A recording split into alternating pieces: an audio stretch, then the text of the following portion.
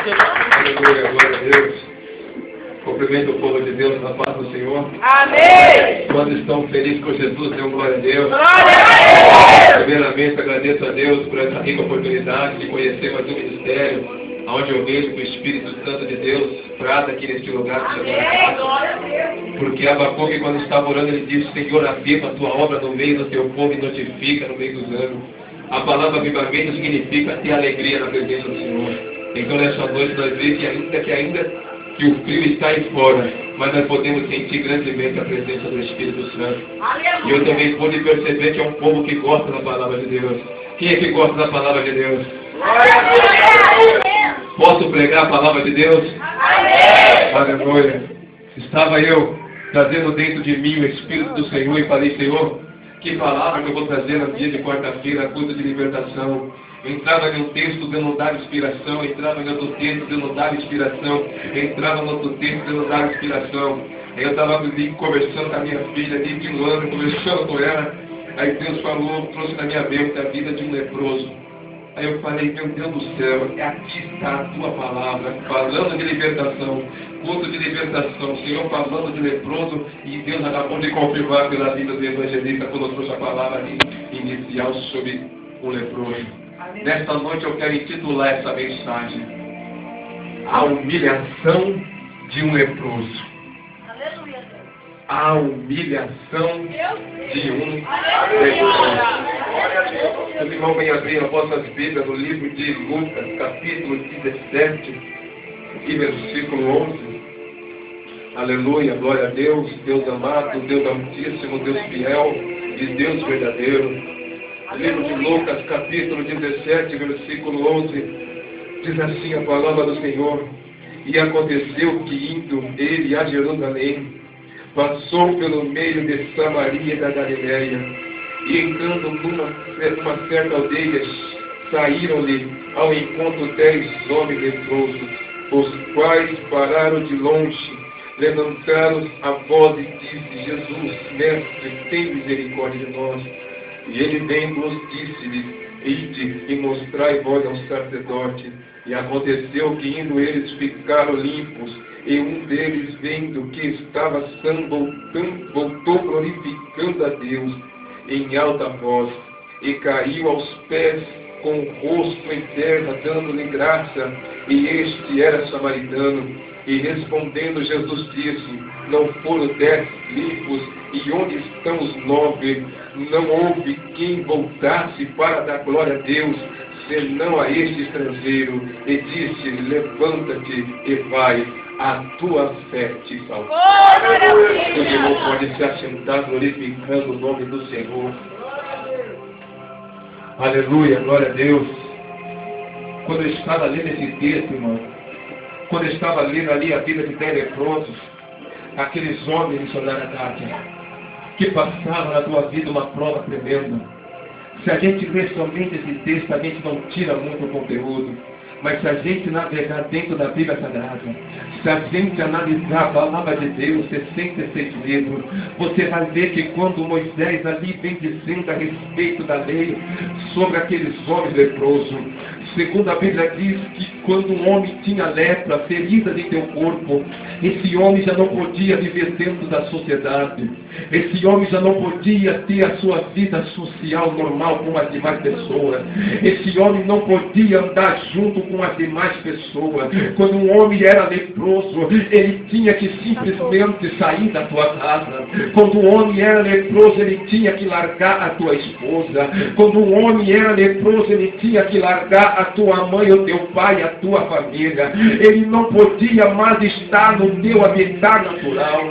Ele não podia estar na tua convivência como de sempre. Quando ele era atacado por uma lepra, a sociedade, mediante dentro da estrutura da lei de Moisés, olhava para aquele homem leproso ou a mulher leprosa, seja quer quem seja, que tivesse aquela enfermidade, olhava com um olhar de desprezo, olhava com um olhar de repugnação, dominação, olhava com o olhar de distância. Ninguém pegava na mão de um leproso, ninguém pegava na mão de uma leprosa. Aonde um leproso encostava, ninguém encostava. Aonde um leproso sentava, ninguém sentava. O caminho que o leproso fazia, ninguém fazia. Dentro da congregação, dentro da nação de Israel, um homem atacado por lepra ou uma mulher, ele era obrigado a sair de dentro do santuário. Ele era obrigado a sair de dentro da terra de Israel, porque se ele não saísse, ele corria o risco de ser apedrejado. Se ele não saísse, ele corria o risco de ser simplesmente assassinado, porque o homem leproso, ele tinha que identificar que ele tinha lepra. Ele não podia andar de boca calada, ele não podia andar em silêncio, ele tinha que gritar bem alto, Pai, para todo mundo ouvir: eu sou leproso e sou imundo, eu tenho lepra e sou imundo. O homem leproso ficava com esse som na tua vida, pastor Júnior. Somente esse som saía da tua boca: eu sou leproso e eu também sou imundo, para que as demais pessoas, missionária Cátia, não viessem se contaminar com ele. E o homem leproso, irmão, ele não andava dentro do santuário, andava do lado de fora. Eu quero que você abra a tua mente agora para a palavra de Deus. Ele não tinha quem lhe dava comida, ele não tinha quem lhe dava água, eles não tinham quem estendia as suas mãos. A pele estava cheia de lepra. A palavra lepra no original significa doença. A sua pele estava toda contaminada, infeccionada, pus, um fedor que exalava até a distância, um cheiro insuportável. 10 homens andando, somente eles juntos, verdadeiro montões de lixo de perante a sociedade.